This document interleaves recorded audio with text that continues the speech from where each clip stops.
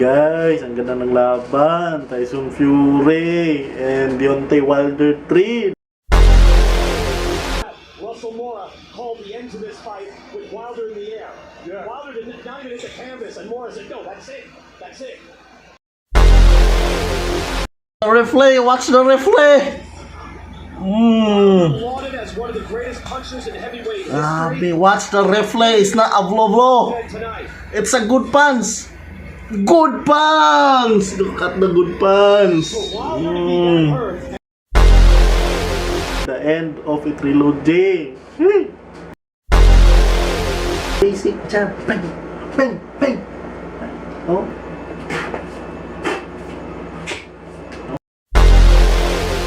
Forget about the will because your body can only do so much. Talino talaga ng mal.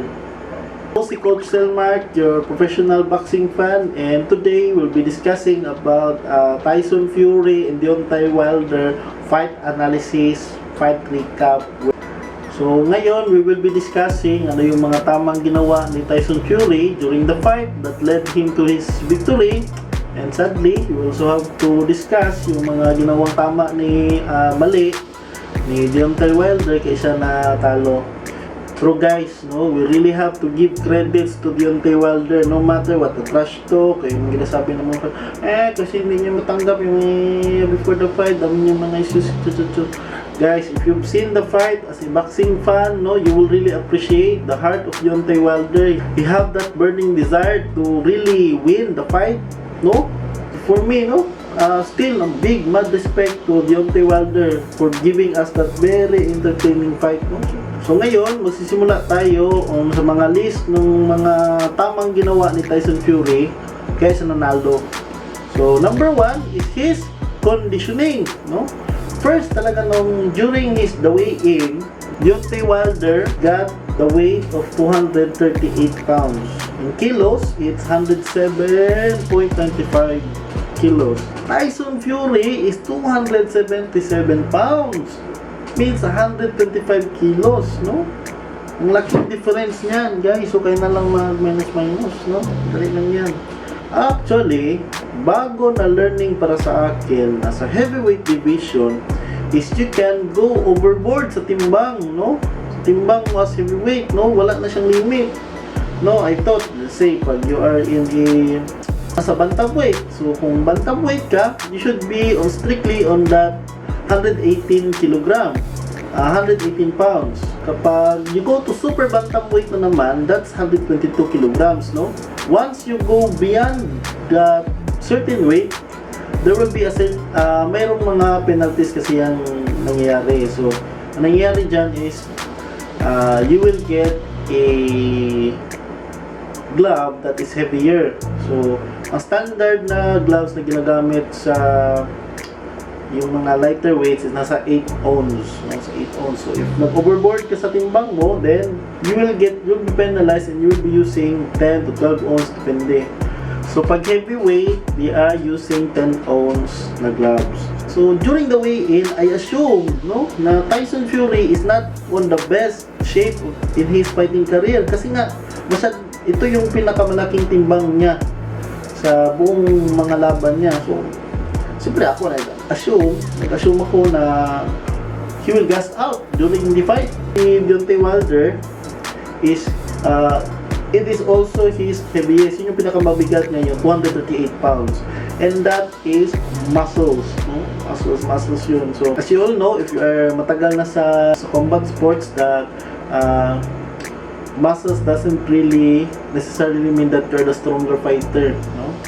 Or fats will be the slower, because larger muscles in combat sports means that you have to pump more oxygen to your blood to contract, no? It needs more oxygen, so tumawalan ka ng hangin, no? So talo ka sa cardio, no? So I think the best talaga is yung conditioning throughout the 11th round. As you can see, alam nyo naman ano nangyari. Tyson Fury got knocked down twice, and Deotay Wilder got knocked down 3 times, no? During the 2 knockdowns of the same round of round 4 or 5, no? when Tyson, yung na-down si Tyson Fury, eventually the next round, no, he looks fresh. Napakaganda talaga ng conditioning ni Tyson Fury, no, from all the 11th round, no, you can see in his face, in his mouth, no, na he is not gassing, no, na lumabas yung dila or open na mouth. There are times na parang exhausted pero still, no, manages to gain that air, no, that he needs for the fight. So I've asked mga group chat sa Boxing Talk Philippines, no, that is the product of a good conditioning. Taba-taba mo, you are mabigat na tao, but still you have that kind of cardio. It's very saluted talaga. Number 2, no? Number 2, we didn't see it coming, but ang ginawa ni Tyson Fury is he used his body mass, ang kanyang body weight to wear down Wilder, no? So I've seen this from other sports, no, not just boxing. I've seen this in the UFC, no. Special mention Randy Couture, no. This is what you call the dirty boxing, no. So dirty boxing, you go to clinch, lean your body towards your opponent, no. Not just to slip punches, but also to wear down your opponent, because your opponent, yung mga kalaban mo, they will carry your weight as you lean on them, no. So it happened throughout the fight, no. No. As you can see, no, give you some videos here ng ginawa ni Tyson Fury, not just leaning but really pushing down on Wilder on the canvas, no. So that takes a lot of work for Wilder, no. Tingin ko during that fight na mahirap talaga at mabigat talaga yung for Wilder. Imagining a 6'8" heavyweight boxer with 277 pounds is leaning on you, so that takes a lot of energy, you know. But goodbye cardio. Plus all the clinch, no, every time Tyson miss, no, another clinch, then press down again so next is the technique, no. Technique wise, no, as I can see, no, si Tyson Fury moves like a welterweight, no. It's the 1-2, the combinations, the how he moves around the ring is so light, no. And he doesn't look like any heavyweights out there, no? Parang mahirap siyang isipin na at that kind, ganung kalaking tao would move like that, no? So, isa sa pinakamagandang techniques na ginamit niya is ang kanyang jab. So, basic jab, bang, bang, bang, no? So, using jab as a measuring device or to lure opponent or to set up combinations or your straight or whatever it is, no? Jab, jab, jab, jab. No? It's very snappy jab, no? Next is one of the combinations that get Deotay Wilder is the 1-2, papa, no? Ako, I myself is practicing boxing, and the best way to throw your 1-2 combination is just like what Mike Tyson said, no? Sabi ni Mike Tyson that your 1-2 should sound as one. So, napakaganda ng 1-2 combination ni Tyson Fury, no? It's like poetry in motion, and I like to call it as walang basura sa movements, no? Papa, balik agad. And the next technique na ginawa ni Tyson Fury during the fight that really hurt Deotay Wilder is the double jab overhand right hand, or the jab overhand, or just the overhand right, no? Overhand right, always pumapasok during the interview, no, from their 3 fights. It was very easy for, sabi ni Tyson Fury, it was very easy for him to land that combination, the overhand. Masyado lang madali for him. It gets Deotay Wilder every time. So to summarize it all, no, there are only 3 things that as a boxing fan that noticed that so to summarize it all, no, may 3 bagay lang na ginawa si Tyson Fury during the fight, no, para manalo. So, una is yung conditioning. Second is yung he used his body to wear down Wilder, no, yung halos pumapatong na siya kay Wilder.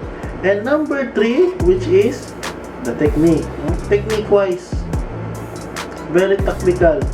Mahirap ang hulihin. So each time Tyson Fury misses a punch, no, he either recovers his guard, head movement, go to another angle, or do the clinch. No? Impressive technique. So sadly, for the beaten fighter, we also have to discuss kung ano yung, as a boxing fan, ano yung nakita natin ng mga maling ginawa ni Deontay Wilder. So first, no, actually, past issues is he claimed, no, sinabi niya na yung kanyang costume was mabigat. So on the third bout, gumamit siya ng mas magaan-gaan na costume, no? So para wala na siyang reason na wala nang stiff na legs, no, hindi mabigat. So hindi doesn't feel shoe miss energy during the walkthrough, no? So that is one of the napansin ko. Number 2, actually bumilib ako kay Wilder kasi ang nangyari is he's doing the Mike Tyson, no? Mike Tyson jab to the body, no? Hindi yung ganun lang sa body, yung pak, talaga pak. Kung ito yung katapan, no? Yun, so one advantage kasi ng the advantage of that kind of jab is when you jab with that kind of motion, no, and ka is covered yung chin mo, okay, but still open, but at least you're covered and you are very low, no, napakababa ng level mo noon that your opponent will have a hard time to target your face, no? Kasi masyado ka lang mababa eh. And after throwing that kind of jab is he moves away sa target, he moves away sa range ni Fury, no? During that fight, no? But pa, boom, atras para you won't get caught with that kind of kainis na auto-focus. Okay, so we won't get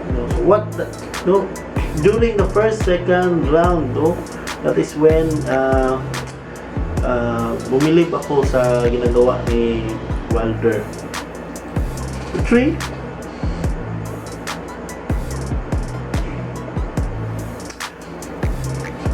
is number 3 is yung problema niya talaga is with the overhand right of Fury. So napapansin ko, pag hindi niya, there are times na pag nababantayan niya yung overhand, no? Nababantayan niya yung overhand ni Fury, is he duck down, no? Pag nababantayan. But there are times pag lumalapit si Fury using the double jab overhand, is he gets rattled, no? Natataranta si Wilder during the fight. So what he did, no, especially kapag me, no, na bago pa sa boxing, bago pa sa mga sparring, is we tend to push our opponents, no? We extend our arms like this, no? We extend. So what happened is once nakita niya, nung taranta siya, i-extend his arms like this, then kaya busted yung tenga ni Wilder after the fight. Kasi nga during overhand, boom, ito tumatama sa tenga niya, kaya dugo, maga. Ito yung sinasabi ni Fury na masyadong madali daw natatamaan si Wilder sa mga ganun niya na combinations, no? Even the 1 and 2, the jab overhand, kasi nga yun yung tendency niya. Even I've saw this to a lot of fighters na each fighters have this kind of tendency, no, na mannerism na hindi basta-bastang nawawala during no matter how much you train, no? Matrain mo nga pero lumalabas pa rin. So number 4 is he tends to lean back on Tyson Fury, no? If he is not extending his arms or ducking down from the punches, left or right, no, you can go like this and you can go like this. he tends to pack. That is the number, that is, I think, pala is the most tendency of mga baguhan na mga fighters is try to lean back, para natatakot sa suntok ng kalaban mo, so you try to like this, no? But a smarter opponent, especially Tyson Fury, merong mas mataas na range, is abot na abot yung mukha ni Wilder, kaya yun, boom, tamaan. His head movement, no? Basic, no? Yung head movement, so may mga head movement, go lean, no? But if you don't mix things up with your head movement, you'll get caught. Kapag palagi ka lang ganito, palagi ka lang dugo nito, there's a certain counter for that movement. So you tend to go to your right, you go to tend to your left, diagonally, you palagi kang yumuyuko pababa or nag-lean ka backward. If probability, chances, pag mas madalas kang gumaganon, so yung gagawin ng kalaban mo is he will throw a straight or a very long hook, no? Left hook, lead hook, or a straight to you para matamaan ka, no? Pag pababa na naman, so boom, no? If you tend to duck down diagonally to your right, then right din ang salubog sa'yo. Okay? That's it. Kung diagonal din sa left mo, you can pack or boom. Pam. Ang number na yun. Hindi ko na alam anong number. Also, no? Deotay Wilder is very flat-footed, no? Most sa mga very heavy sa mga heavyweight is not light on their feet. They are not using this very underrated movement, so which is what we call the pendulum step, no? Pendulum step. Pansin mo yung mga fighter na no, may patalon. Actually guys, yung mga talon-talon ng mga boxer, pang it's not actually, hindi lang yan siya para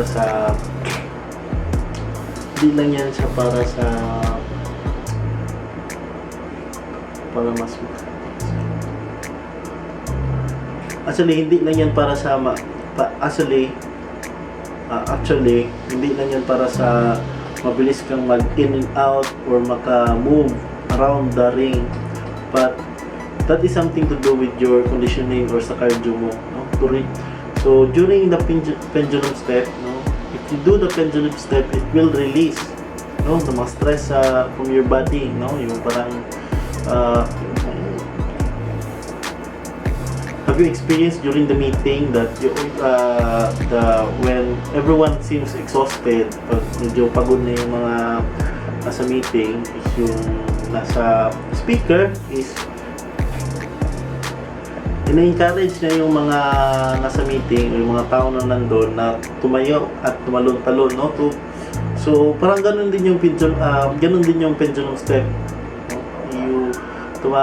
You do that certain motion, no, to release air, gas, and stress to your body, and stiffness. That's the right word, to release stiffness to your body, no? Parang, so especially sa legs, no, to avoid cramps. So, as you can see, no, so after the first knockdown of Deontay Wilder, then wala na, no, he is past gone. After the knockdown, it was hard for him to recover his conditioning, his air, his stamina, no. It can see from his face, his body language was gone, but the burning desire to fight and to end the fight was not gone, no? This is what we call the forget about the will, because your body can only do so much. Talino ka mal, no? So sabihin man ng will mo na gusto mong manalo, gusto mong pero bumigay na yung katawan ni Wilder, that ultimately ends to the round 11 knockdown by a right right hook, to the face, to the chin, to the head. Sayang pa naman yun kasi he is mixing things up, no? Yung mga jab to the body, he is Deotay Wilder is digging up the body of Tyson Fury, thinking that Tyson Fury has a bad conditioning, but it's not, no? Good conditioning talaga. If you see all the rounds, Tyson Fury can carry his weight. The pendulum step, I think some boxers are flat-footed because they seem to think the pendulum step will papagorin sila ng pendulum step, no? You can see, you can go to the fight recap and see Wilder is just sidestepping, no, not the. So at the end of the fight, actually I was happy and glad to see. So at the end of the fight, actually masayang-masaya akong nakikita na ganun nakasaya ang heavyweight division kasi nga during there was a span of time na medyo nawawala na yung mga heavyweight boxers, no? Kasi nga most of the bigger guys, the bigger men are going to UFC, nasa basketball na, nasa NFL. No, we don't see enough big men out there trying to do boxing, but because of this kind of amazing fights, no, promotions, plus in addition from these mga celebrity boxers, vloggers and all, is nabibigyan ng opportunity na lumago na naman yung heavyweight division. And I hope, no, one day na Philippines can also produce a homegrown 100% Filipino heavyweight champion.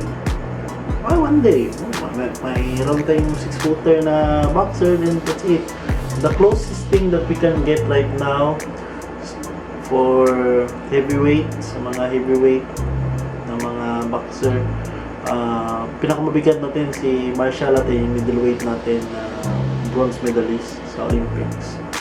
So ganun lang, this was my first fight recap. So actually difficult. It is equally difficult and challenging, you know, to do something for the first time that you aim to be good at.